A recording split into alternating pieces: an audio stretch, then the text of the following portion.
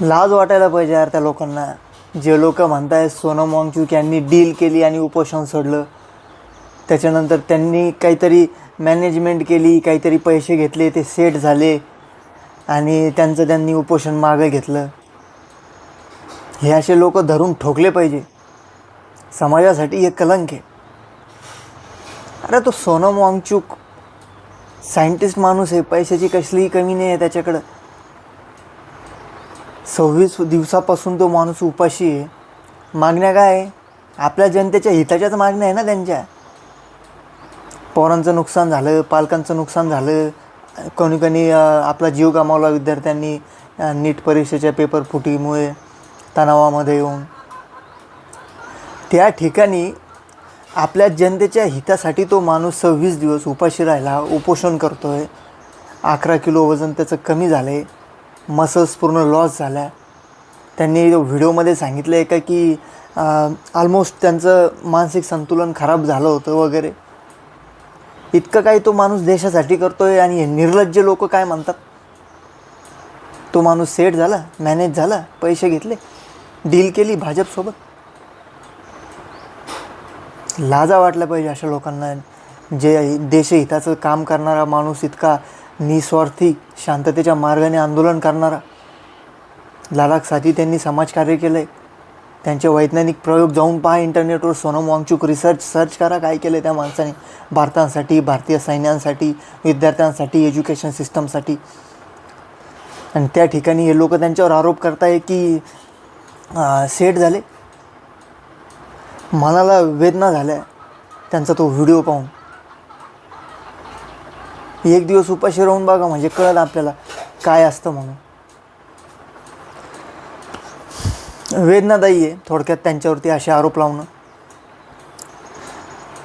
सर्वांना नमस्कार, मी मंगेश होसे तुमचं या चॅनलमध्ये स्वागत करतो. व्हिडिओ बनवताना थोडासा संताप आहे आणि त्याचं कारण तुम्हाला कळालंच असेल काय. मी मागच्या एक महिन्यापासून 2 महिन्यापासून जे कॉक्रोच जनता पार्टी फाऊंड झाली तेव्हापासून, किंवा त्याच्या अगोदर काँग्रेससुद्धा नीट पेपर फुटीमुळे आंदोलन करत होतं, तेव्हापासून मी नीट पेपर लीक ह्या घोटाळ्यावरती व्हिडिओ बनवतो आहे, रिसर्च करतो आहे. कुठे काय घोळ झाला, किती पैशांना पेपर विकला गेला, काय विद्यार्थ्यांचं नुकसान झालं, महाराष्ट्राच्या विद्यार्थ्यांचं काय नुकसान झालं, ते RCC मोठेगावकर त्यांनी काय लफडं करून ठेवले, महाराष्ट्राचं नाव खराब केलं जागतिक पातळीवर. सगळ्याचं मी फुटेज डिटेलमध्ये स्टडी करून मी माझे व्हिडिओ बनवलेत. आणि मला कळतं काय वेदना आहे विद्यार्थ्यांच्या आणि पालकांच्या. लाखोंचं कर्ज घेऊन त्या ठिकाणी पालकांनी पोरांना ट्युशन लावली प्रायव्हेट, लाखोंच्या फीस आहे त्यांच्या. आणि त्या ठिकाणी त्यांनी पेपर दिले, पेपर फुटले, परत पेपर झाली नीटचे. तुम्ही आपण जर बघितलं मागच्या महिन्यामध्ये काय झालं, गुणांमध्ये घोळ झाले, मार्कशीटमध्ये. त्यांच्या त्या क्वेश्चन पेपरवर त्यांनी मार्क केलेले गुण वेगळे आणि रिझल्ट जो आला तो वेगळा.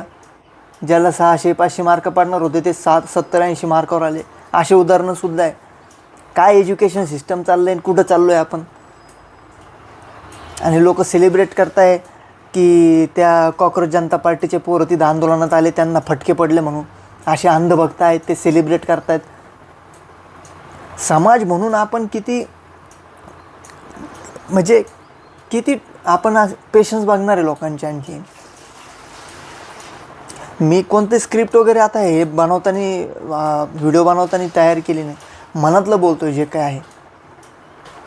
नीट पेपर फुटीमुळे जे काही नुकसान झालं विद्यार्थ्यांचं, त्यांचा जीव गमावला, याची भरपाई मोदी करणार आहे का, भाजप सरकार करणार आहे का?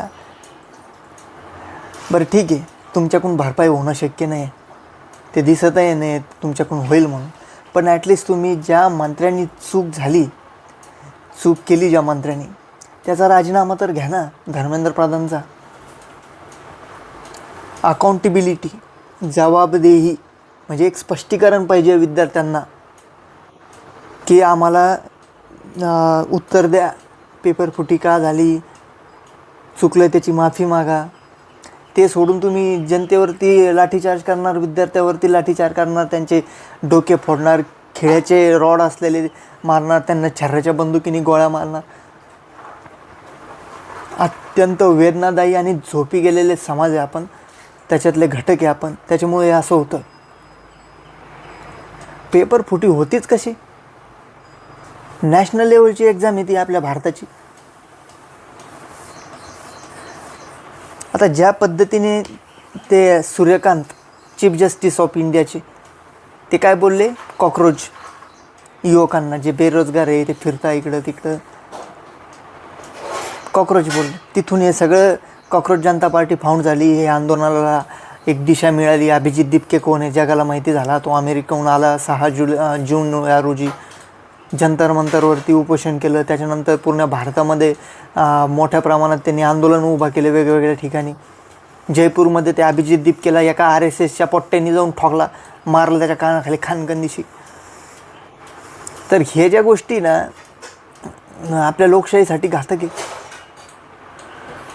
आणि त्या ठिकाणी सोनम वांगचुक यांचा जो मार्गदर्शन होतं अभिजित दिपके आणि कॉक्रोच जनता पार्टीला भेटलं की आपल्याला आंदोलन कोणत्या दिशेने घेऊन जाता येईल काय. मग त्यांनी जंतर मंतरवरती उपोषणाला सुरुवात केली.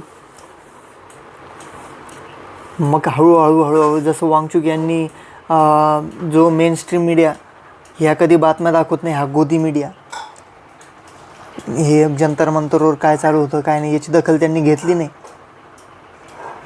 हे मोदींनी विकत घेतलेले पत्रकार. पण जे सोशल मीडियामुळं इंस्टाग्रामचे ते फॉलोअर्स आहेत, जवळपास 25-26 मिलियन फॉलोअर होईना, 2,06,00,000पर्यंत, 60,00,000पर्यंत, ह्या लोकांमुळे हे आंदोलन मोबाईलवरती दिसलं, रील्समध्ये दिसलं, सोशल मीडियावर याची चर्चा झाली. नाहीतर या गोदी मीडियामध्ये सोनम वांगचुक दिसलेसुद्धा नसते की उपाशी बसले का काय करता. ही शोकांतिका आहे आपल्या मीडियाची, लोकशाहीचा स्तंभ मानल्या जाणाऱ्या मीडियाची. 1 नंबरचे मूर्ख लोक त्या ठिकाणी भरलेले हे गोदी मीडिया. हत्यारे लोक आहे हे लोकशाहीसाठी. हे गोदी मीडिया विकले गेलेले दलाल 4 पैशासाठी राष्ट्राचं स्वतंत्रपणाला लावत आहेत. तर मुद्दा आहे की धर्मेंद्र प्रधान यांचा राजीनामा कधी भेटेल, कधी देणार आहे धर्मेंद्र प्रधान हे राजीनामा, का देत नाही आहे ते? मोदी धर्मेंद्र प्रधान यांचा राजीनामा का घेत नाही आहे? काय रिझन आहे? रिझन हेच आहे की धर्मेंद्र प्रधान हे RSS, मोदी आणि BJP उरलेली ह्या सगळ्या तिन्ही घटकांना बांधून ठेवणारा एक मोठा नेता आहे, पैशावाला माणूस आहे. त्यांच्या वडिलांपासून BJPचं काम ते करतात. त्यांचे वडीलसुद्धा मंत्री होते वाजपेयीच्या काळामध्ये. खानदानी पैसा आहे त्या माणसाकडे, मोठा माणूस आहे, श्रीमंत आहे. त्याच्यामुळे त्यांना हलवणं शक्य नाही आहे का मोदीला? मंडळी, आता ज्या पद्धतीने आंदोलन चालू आहे, सौरव दास जे स्पोकपर्सन आहे कॉक्रोच जनता पार्टीचे, आशुतोष रांका असतील, हे लोक JP नड्डाला 2 वेळा भेटले. ह्यांच्या ज्या मागण्या होत्या सोप्या भाषेमध्ये यांनी सांगून टाकल्या की ज्या विद्यार्थ्यांवरती गुन्हे दाखल करण्यात आले 20 जुलैला जे काही प्रकार झाला जंतर मंतरवर, ते गुन्हे मागे घेण्यात यावे. ज्या पद्धतीने महिलांवरती हात उचलला आहे त्या पोलीस ऑफिसरांनी, त्यांच्यावरती कायदेशीर कडक कारवाई व्हावी. पोलीस यंत्रणेने माफी मागावी जे काही मारहाण प्रकरण झालं त्याच्याबद्दल. त्याच्यानंतर धर्मेंद्र प्रधान यांचा राजीनामा द्यावा आणि ज्यांनी कोणी सुसाईड अटेम्प्ट केली या पेपर फुटीमुळे त्या घरच्यांना 1 कोटी रुपये मिळावे. तर ह्या साध्या मागण्या याच्यामुळे पूर्ण भारत पेटलेला आहे. तर त्या ठिकाणी ह्या पोरांसोबत चर्चा करायचं सोडून त्यांना फटके देत आहे. काय चाललं आहे भाजपवाल्यांना हे? आता हे आंदोलन फक्त जंतर मंतर पुरतं मर्यादित नाही आहे. UP, बिहार, आपलं नागपूर, महाराष्ट्र, नाशिक, आपल्या महाराष्ट्रात सगळ्याच ठिकाणी आंदोलन पेटलेलं आहे. मुंबईमध्ये शिवसेनेने आंदोलन मोठ्या प्रमाणात त्याला बळ दिलं आहे. तर त्यातले आता मोदी येऊन व्हिडिओ बनवत आहे असं सेल्फी कॅमेरानी जवळ, फ्रेंड्स म्हणताय ते आता जनजींना खुश करण्यासाठी. ही नौटंकी नाही चालायची. काम करा जनतेचे, तुम्ही जनतेचे सेवक आहे.